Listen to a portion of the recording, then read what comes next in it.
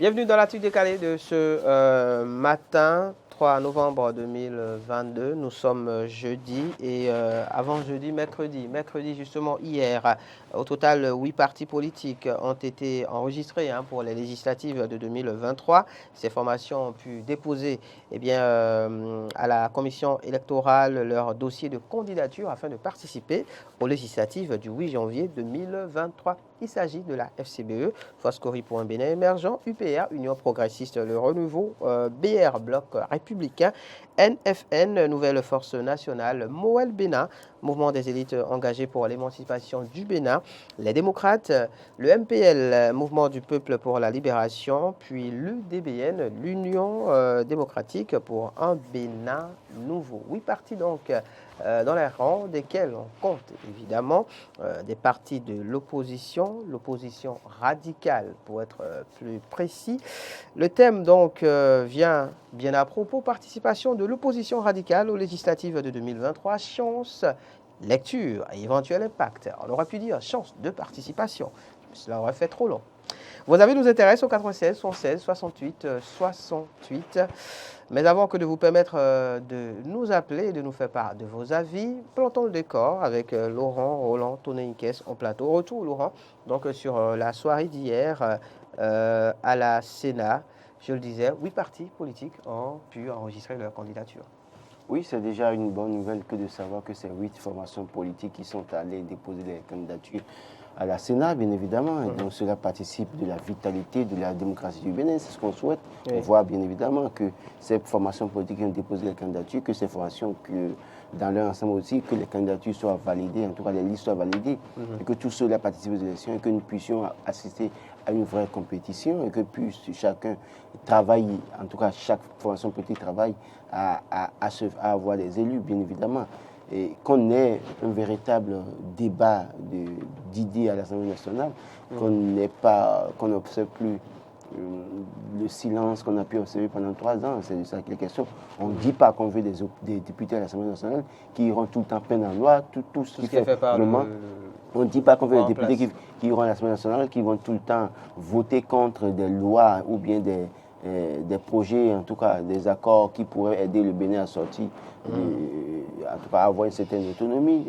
Et donc, je crois que ce dont on a besoin, c'est d'avoir des députés véritablement qui se penchent sur les problèmes des citoyens. Et oui, leur responsabilité, leur rôle, c'est de légiférer, mais aussi c'est de contrôler l'action du gouvernement. Et donc, à ce niveau, on a vu que ça n'a pas été ce qu'on a pu voir par le passé. C'est vrai que par le passé, il y avait des tentatives de blocage de l'exécutif. On ne veut pas ça, mais en l'état on veut bien que ceux qui vont nous représenter à l'Assemblée nationale soient véritablement des représentants du peuple. Que ceux qui nous représentent à l'Assemblée, justement, soient des représentants du peuple. Et dans ce cadre, il faut que nous puissions avoir une compétition, en tout cas assez ouverte, où toutes les sensibilités... Inclusive. Oui, on a tellement utilisé le mot l'adjectif inclusive. Donc, mais finalement, je dis qu'il faut une élection où toutes les sensibilités se retrouvent. Toutes les sensibilités, justement, devant se retrouver au détour de cette élection. On note donc la participation, en tout cas la déclaration de participation de 8 partis politiques dans le rang desquels on compte des partis de l'opposition. Quand on met de côté évidemment le BR, l'UPR, Moël Bénin, peut-être l'UDBN, il reste donc... C'est pas peut-être, Moël n'est pas peut-être. Moël, c'est pas peut-être, c'est de la mouvance présidentielle. C'est de la mouvance présidentielle. Voilà. Parce que Jacques Aradji ne sera pas d'accord avec vous. D'accord. Même si ces derniers jours, on l'a vu beaucoup alerter. Monter au créneau. Mais bon, il faut préciser évidemment donc qu'on a 4 partis en tout cas dont l'appartenance à la mouvance n'est pas à discuter. Puis il nous reste la nouvelle force nationale, l'OVNI, voilà l'invité surprise. Il nous reste évidemment la force Cori pour un Bénin émergent du chef de file de l'opposition, Paul Ronquet. Il nous reste le MPL, Mouvement du peuple pour la libération. Et puis les démocrates. Puis les démocrates. Donc oui, l'opposition sera de la partie. L'opposition radicale notamment, et ce sera d'ailleurs donc une première finalement depuis 2016 si je ne m'abuse. Mais quelles sont les chances justement pour que cela arrive, Laurent Roland Toneinkes? Déjà, c'est vrai qu'on a entendu que des formations politiques sont allées déposer les candidatures sans avoir la totalité réunis justement tous les quitus fiscaux voilà, ou d'autres pièces administratives. Voilà. Et on espère que dans les prochains jours, qu'ils puissent aller, en tout cas, déposer ces pièces. Et déjà, c'est eux qui n'ont pas le quitus, que la direction générale des impôts facilite les choses. Si entre-temps, certains parmi eux n'ont pas fini de payer, que la direction générale des impôts a demandé qu'ils payent, il faut courir chercher l'argent à payer. Je crois qu'autant qu'ils sont dans les formations politiques de l'opposition, je crois que ce n'est pas l'argent qui va leur manquer. Si on vous dit de payer... Vous maîtrisez la situation financière, apparemment. Mais ils ont fait 10 ans au pouvoir. Beaucoup parmi eux ont fait 10 ans au pouvoir. Quand je les vois aussi aujourd'hui se plaindre, faire les malheureux, j'ai de la peine à accepter ça. C'est-à-dire que... Oui, mais 10 ans au pouvoir et presque 10 ans dans l'opposition déjà. Mais écoutez, vous préparez, c'est pourquoi il faut comprendre. Il faut préparer l'opposition. Et c'est pour ça que ceux qui sont là doivent pouvoir comprendre. Préparer l'après-pouvoir. C'est pour ça que ceux qui sont là doivent pouvoir comprendre que rien n'est éternel. À un moment donné, ça prend fin. Vous pouvez faire 25 ans. Ça prend fin à un moment donné. Et quand ça prend fin à un moment donné, si vous ne vous êtes pas prêt pensant que vous pouviez être éternel là, vous êtes surpris parce que c'est Dieu qui donne le pouvoir. Ce que les gens n'oublient pas. Moi, je le dis et je le dis à qui veut l'entendre. C'est Dieu qui donne le pouvoir. Et dans Timothée, il est bien dit de prier pour les pouvoirs. C'est pourquoi ceux qui insultent le chef de l'État, je ne suis pas d'accord. Ceux qui critiquent parce qu'ils critiquent, je ne suis pas d'accord. Ceux qui veulent peindre tout en noir, je ne suis pas d'accord. Bibliquement, il est dit de prier pour eux. Parce que quand ils sont au pouvoir, il y a toutes les tentations possibles. Toutes les tentations possibles. Parce que quand vous avez le pouvoir, vous imaginez, quand vous avez une parcelle de pouvoir, parfois, vous avez tendance à abuser. Bien sûr, il y a toutes les tentations. Mais dans quelqu'un qui se voit président, qui a dans ses mains la vie de 12 millions de citoyens, vous pensez quoi? Vous pensez qu'il va se lever tous les matins et se comporter comme, je ne sais quoi,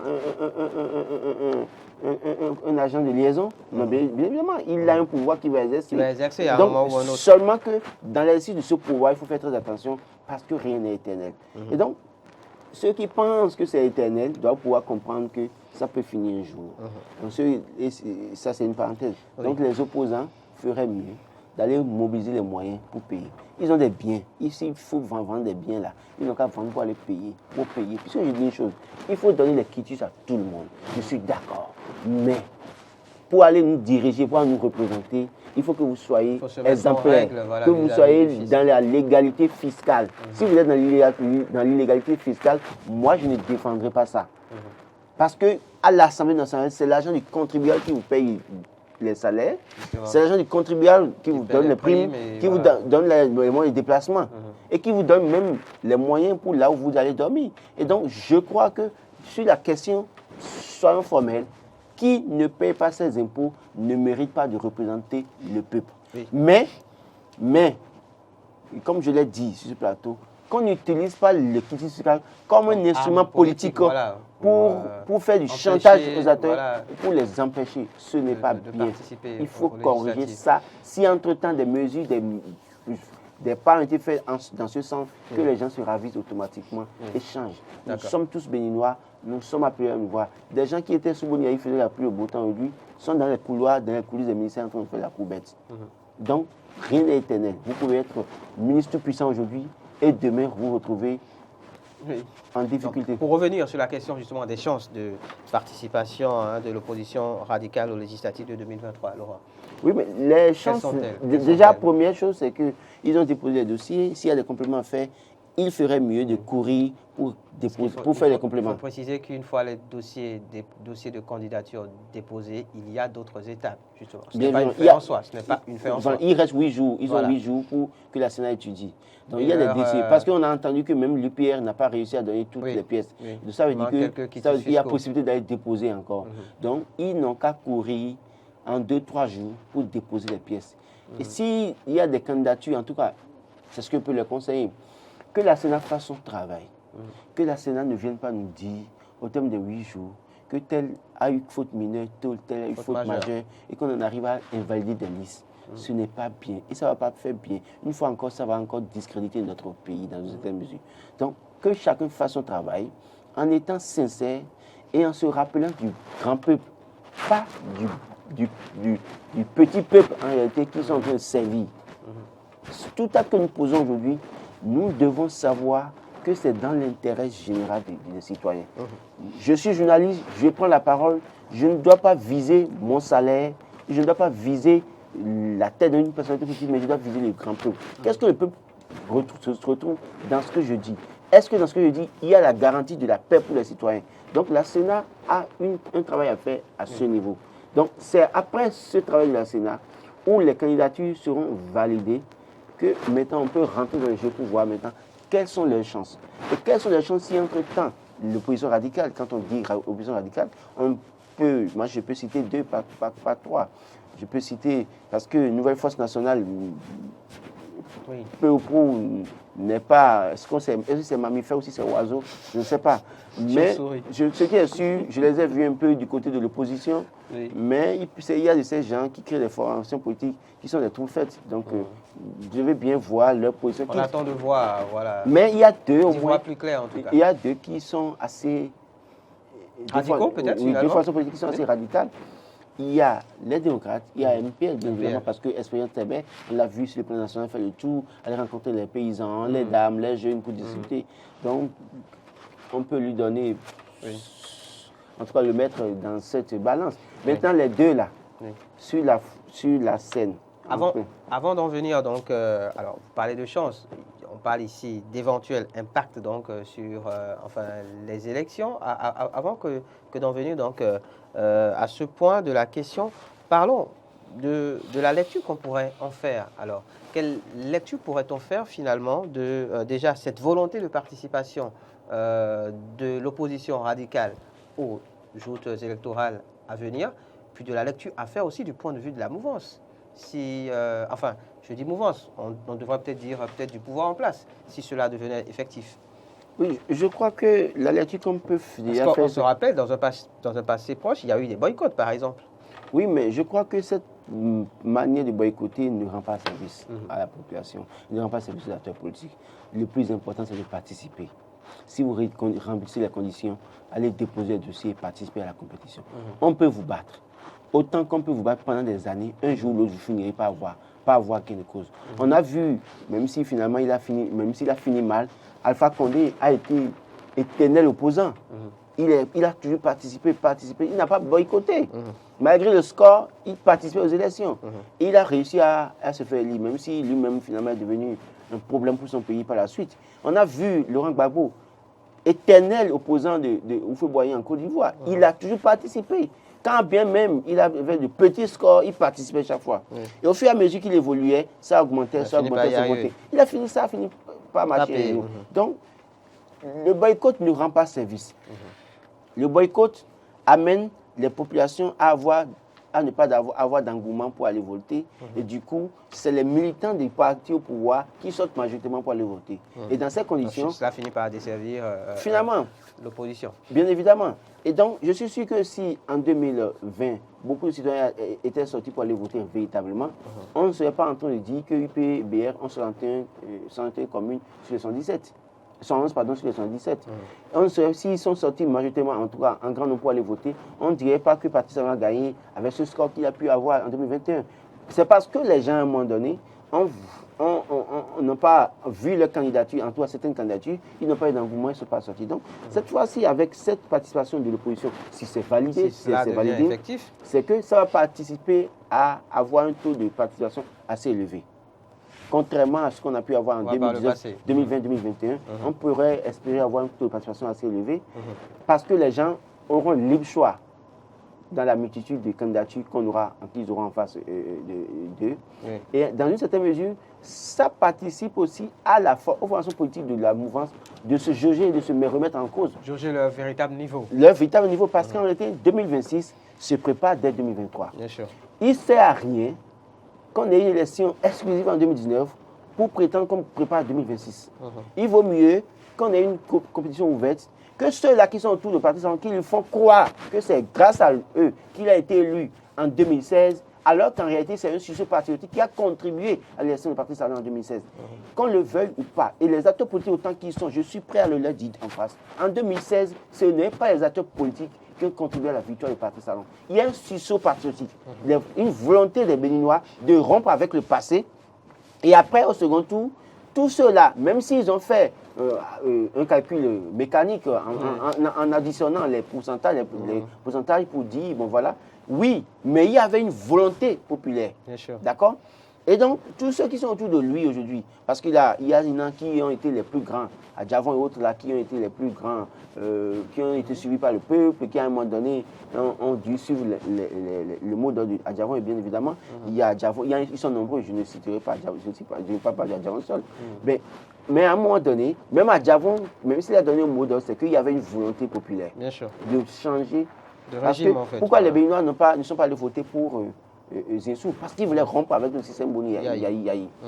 Maintenant, donc, il y en a qui sont aujourd'hui autour de Patrice Talon, qu'il a pu nommer directeur, qu'il a pu nommer ministre, qu'il a pu faire député ou maire, qui font continuer de se bomber les torses, de se faire passer pour les grands acteurs politiques qui arrivent à mobiliser les troupes, alors qu'en réalité, si on les met dans une véritable compétition, ils ne pèsent même pas une feuille de texte. Moi, je dis les choses telles qu'elles sont. Ça peut les choquer.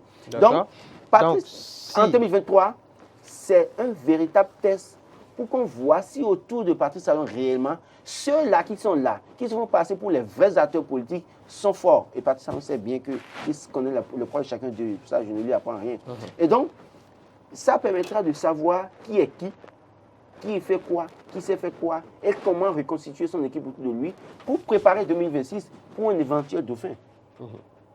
Donc, on a tout intérêt à permettre que les gens se mesurent véritablement cette fois-ci. Voilà l'intérêt donc de permettre en tout cas à l'opposition, notamment celle radicale, de participer aux prochaines joutes électorales. En parlant justement de cette opposition radicale et de cette volonté qu'on note aujourd'hui donc de participer aux législatives à venir, est-ce qu'on est fondé à se dire que là, on assiste à peut-être une sorte de maturité au niveau de la dite opposition radicale, ou peut-être que finalement, cette opposition aujourd'hui se soumet au diktat de la réforme du système partisan, qui voudrait qu'il faille absolument participer aux élections, enfin, suivant une certaine fréquence, autrement, on perd justement son existence légale. Non, mais écoutez, il faut peut-être que vous oubliez ce qui s'est passé par le passé. En 2019, l'opposition dont on parle radicale n'a pas boycotté les élections. Il y a un système qui les avait empêchés, il y avait cette conformité. D'accord? Et en 2020, on sait comment est-ce que Paul Rompuy est devenu, par magie, secrétaire exécutif national du parti FCBE, en éjectant les vrais leaders de la fonction politique. Et ça les a empêchés d'aller aux élections. Et donc, il a fallu cette situation pour qu'ils se réveillent maintenant, pour dire allons nous constituer autrement. Donc, à aucun moment, ils n'ont boycotté les élections. Il y avait des situations qui les ont empêchés d'aller aux élections. Cette fois-ci, quand ils ont eu leur récépissé, en tout cas pour la constitution de leur parti, de formation politique, et qu'ils sont allés déposer les dossiers, c'est vrai que les quitus fiscaux ont été un problème, un os dans leur gorge dans une certaine mesure, mais à un moment donné, ils sont allés déposer, et donc, ils ont la volonté d'aller aux élections. En dehors des candidats Zanaï qui a tout le temps appelé au boycott, les acteurs politiques, en tout cas les autres courants, ont toujours voulu aller aux élections. C'est des situations de parcours qui les ont empêchés d'aller aux élections. Maintenant qu'ils ont la volonté, accompagnons-les. Moi, je pense qu'il faut les accompagner et montrer. Parce que je sais que Patrice Talon, même si l'opposition avec la majorité, il a la possibilité de négocier encore une majorité. Je sais qu'il a la possibilité de le faire. Donc, c'est mieux qu'il mette ses propres militants, en tout cas ses propres soutiens à l'épreuve. D'accord. Si vous me soutenez si tant et que vous pensez que vous êtes fort et que vous pensez dans une certaine mesure que oui, et que les autres ne valent rien, alors sur le terrain, mesurez-vous aux autres. Parce que si vous n'arrivez pas à vous sortir la tête de l'eau, ça veut dire que vous ne valez rien autour de moi et que c'est moi qui vous faisais. Par conséquent, je peux reconstruire ma formation politique, en tout cas, en revoyant ceux qui sont autour de moi, ceux qui peuvent m'aider. Parce que, vous savez, ne pas permettre qu'il y ait une élection inclusive en 2023 où il y a toutes les sensibilités représentées, on se croirait que tout est possible, que tout passe si facilement. Mais on peut être surpris. Parce que de frustration en frustration, les gens peuvent sortir massivement en 2026 pour vous surprendre dans les urnes en allant voter pour un quidam que vous allez peut-être réussir à faire comme opposant pour valider les élections. Donc, il faut faire très attention. Il vaut mieux accepter de voir la réalité en face, se préparer pour affronter et contourner. Parce que si aujourd'hui, en 2023, ils n'arrivent pas à avoir la majorité dans ce mais ils sont en difficulté en 2023, ça leur permet de savoir alors quoi faire pour corriger les choses avant que 2026 n'arrive, justement. C'est le 96, le 116, le 68 et le 68 à composer à compter de cet instant pour venir réagir donc par rapport à la thématique de ce jour sur l'actu des Calais, sur Matin d'Éden, sur Eden Télévision, participation de l'opposition radicale aux législatives de 2023, chance, lecture et éventuel impact. On en parle en plateau avec Laurent, Roland, Toneinkes et vos avis. Donc, on commence par les recueillir maintenant au 96, 116, 68, 68. Bonjour, bienvenue. Bonjour, bienvenue, auditeur, amis téléspectateurs, plutôt devrais-je dire. Il est parti. On espère qu'il nous reviendra. 96, 116, 68, 68. On a commencé, Laurent, à parler de cette probable participation, des chances, je le précise donc, de participation de l'opposition radicale aux législatives de 2023. Bonjour. Bonjour. Bienvenue, monsieur. Merci de diminuer le volume de votre poste téléviseur. On s'entendra mieux. Et présentez-vous.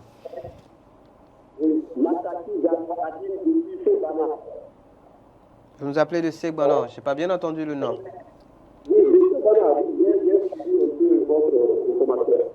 D'accord. On vous écoute, monsieur.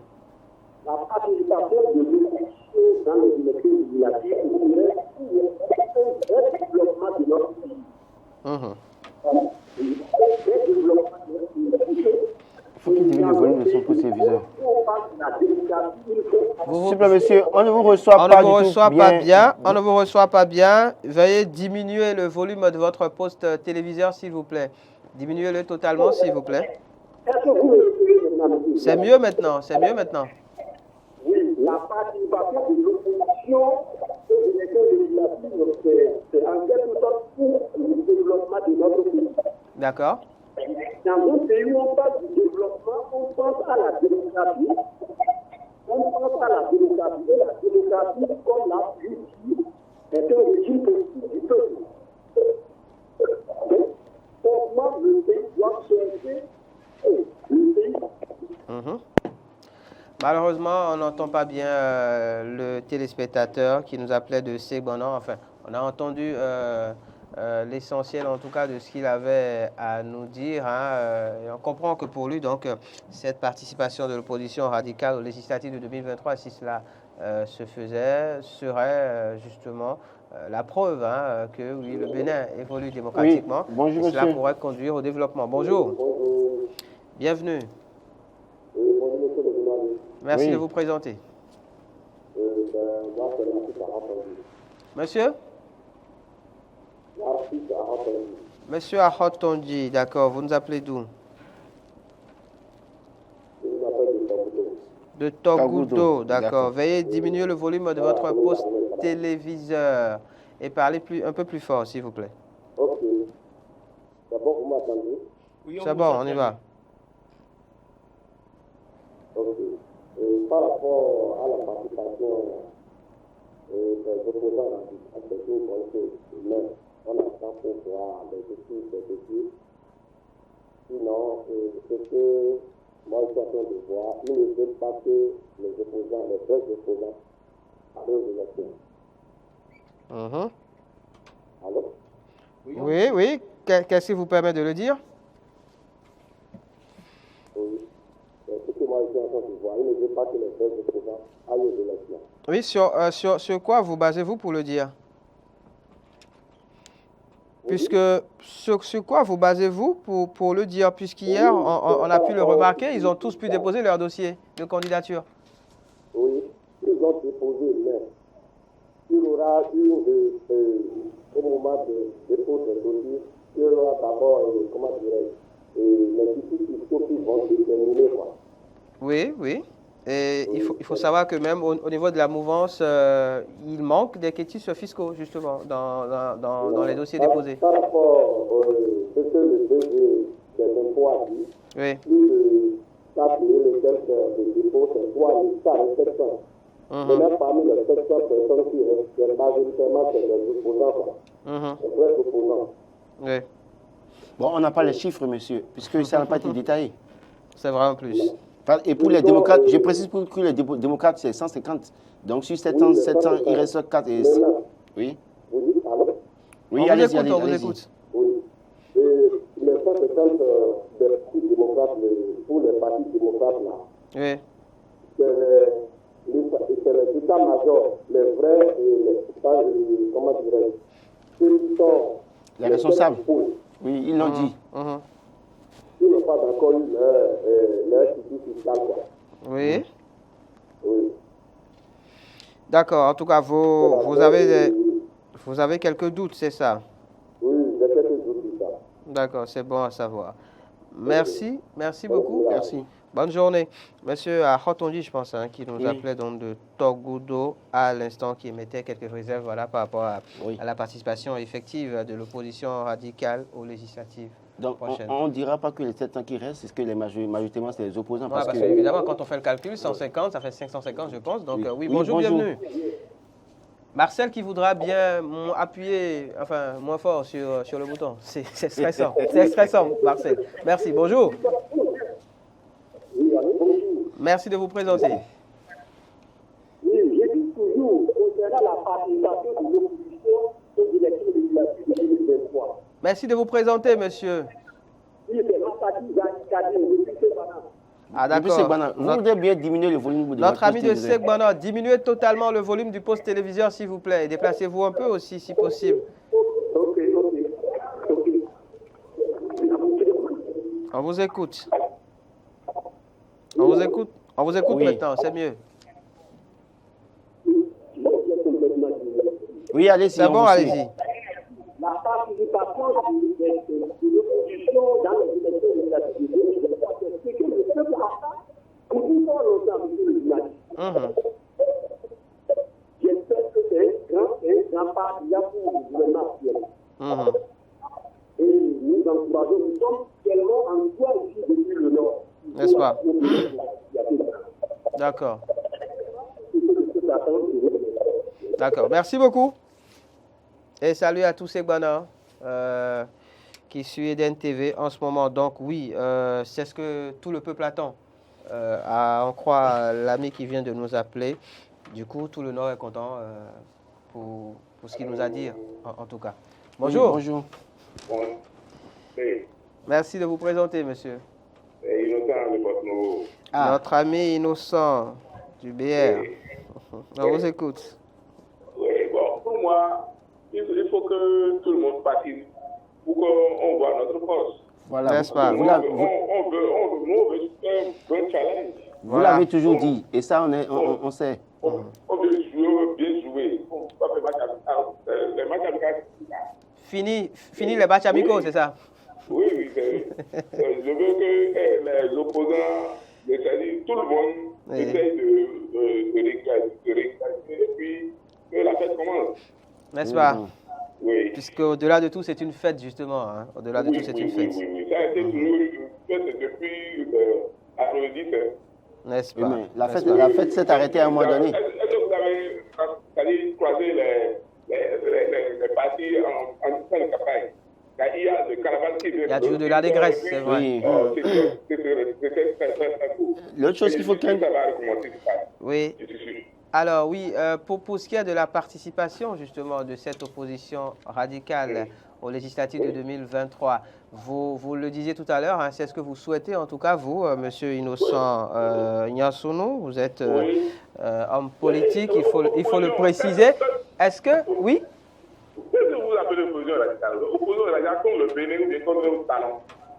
Opposition radicale contre le pouvoir en place, Voilà, d'accord. Opposition, donc, Il y a une opposition modérée. Il y a une opposition de silencieuse. surface. Il y a une opposition qu'on appelle de surface. Il y a opposition modérée. Qu'est-ce que ça fait opposition? Non, mais attention, il y a quelqu'un qui s'est fait appeler opposant de principe. De principe, par exemple. Qui a voulu négocier avec FCBE. Qui a voulu faire autostop. Qui a voulu faire autostop. Merci, bonjour. Monsieur Innocent, alors justement, cette participation, si elle devenait effective, ok, quel impact cela pourrait-il avoir, par exemple, selon vous? Bon, ce serait un peu piquant, quoi. Ce serait quoi? C'est un peu un choc. Un choc. Un choc, un véritable choc. D'accord. Dans quelle mesure? En tout cas, le temps va nous donner raison. Est-ce que quelque part, vous ne redoutez pas quand même, en tant que, oui, homme politique de la mouvance, est-ce que vous ne redoutez pas un peu quand même cette participation? Non. En toute franchise. Non. C'est vrai, c'est juste sincère. On veut se challenger, on veut pas. D'accord. Quelles sont là? D'accord. Oui. D'accord, super. Merci. C'est bon à savoir. Merci beaucoup, monsieur Oui. Yansounou de Porto Novo. Bonne suite de journée à vous. C'est le 96 76 68 68 96 76 68 68. C'est l'actu décalé sur Matin d'Éden. Nous parlons de la participation de l'opposition radicale aux législatives de 2023. Quelles sont les chances justement donc pour l'opposition radicale de participer à cette élection? Bonjour. Michel a laissé le poste. Bonjour. L'ami Michel Bonjour, les amis. de Lokosa. Oui, c'est Michel Adissé. On vous écoute. Oui. Bon, Nato Fouquet. Ayant. D'accord. Albert. On vous écoute. D'accord. Je vous remercie beaucoup. Merci. Pour mes temps. Oh. C'était autour. Donc, la vérité. Merci. Merci. Le vérité temps. Télévision d'Adoué. Bon. Opposition radicale, hein? Oui. Opposition radicale. Oui. Opposition d'Adoué. Opposition d'Adoué. Maïma. Il on ne va me laisser à. Tout le monde D'accord, Toby, il y a la vérité. D'accord. Et pas nous, mais là. D'accord. Voilà, ils arrivent. Donc, vous appelez de tous vos voeux justement la participation de cette opposition radicale aux législatives de 2023. 96 76 68 68 96 76 68 68. Bonjour. Bienvenue. Oui, bonjour. Merci de vous présenter, monsieur. C'est M. Souradjou Aguemon, depuis Ekpe. Monsieur Souradjou Aguemon de Ekpe. Veuillez diminuer le volume de votre poste téléviseur. Nous vous écoutons. Ok. Comment vous allez? Très bien. Ça va. Ok. Donc, participation de l'opposition radicale Oui. aux élections de 2023. C'est bien. C'est le souhait de nous tous. D'accord. Et c'est le souhait de la population béninoise. Si cette participation peut être Effective. effective, ce serait une bonne chose. Ok. Il ne faut pas qu'il y ait de l'exclusion. Ouais, donc c'est le souhait de nous tous. On veut la participation de tous les partis. D'accord. Ouais, donc D'accord. ce serait une fête pour nous les Béninois. D'accord. Surtout la participation du parti Les Démocrates. C'est ça que nous voulons. D'accord. C'est ce que vous souhaitez, monsieur Souradjou de Ekpe. C'est notre souhait. Mais à quelles conditions cela se peut-il, justement? La participation de l'opposition radicale. Oui. Bon, si ça peut être une réalité, vous aussi, vous savez ce qui va se passer. Qu'est-ce qui va se passer? Ah. Parce que nous ne sommes pas dans les secrets des dieux, nous autres. Chacun saura de quoi il est capable. Oui, c'est d'accord. Mais tout de go dit peut-être que la participation leur donnera la majorité, c'est pas gagné Voilà, d'avance. c'est pas gagné d'avance. Ça, c'est une autre paire de manches. Alors, mais tout de go dit parfois, ou pensez parfois qu'ils auront la majorité. Merci, monsieur Souradjou. C'est pas gagné d'avance. Pour Je crois que l'appel. sur les listes de la mouvance présidentielle, il y a des candidatures de qualité. Bien sûr, bien sûr. Pour lesquelles les gens vont voter dans des Forcément. localités, parce que dans ces localités, ces personnes ont réussi à s'imposer. Et donc, tout de gros pensaient que les démocrates allaient aux élections, ça leur donnera la majorité. Il faut Allô? qu'eux-mêmes se détrompent, qu'ils se mettent au travail. Et qu'il mouille le maillot, comme on dit. Bonjour, bienvenue. Bonjour. Oui, bonjour. Merci de vous présenter. Oui, je m'appelle Amadou Gado, de Parakou. Monsieur Amadou de Parakou, Oui, on vous écoute. oui. Je souhaiterais que le directeur général des impôts donne le quitus à tous les candidats. Attention, à ceux qui sont en règle. À ceux qui sont en règle. De toute façon, il a dit, Oui. donc, dans le courant de Pour la les semaine. élections passées, là, ils ont donné le quitus à tout le monde. Pourquoi pas maintenant? D'accord. Est-ce que vous voulez l'appeler? Le directeur général des impôts avait donné le quitus à tous les candidats. Oui, on se rappelle, parce qu'ils avaient signé des Il a engagements. essayé des engagements qui n'ont pas été respectés, selon Malheureusement. ses dires. Selon ses dires, ce qui fait que...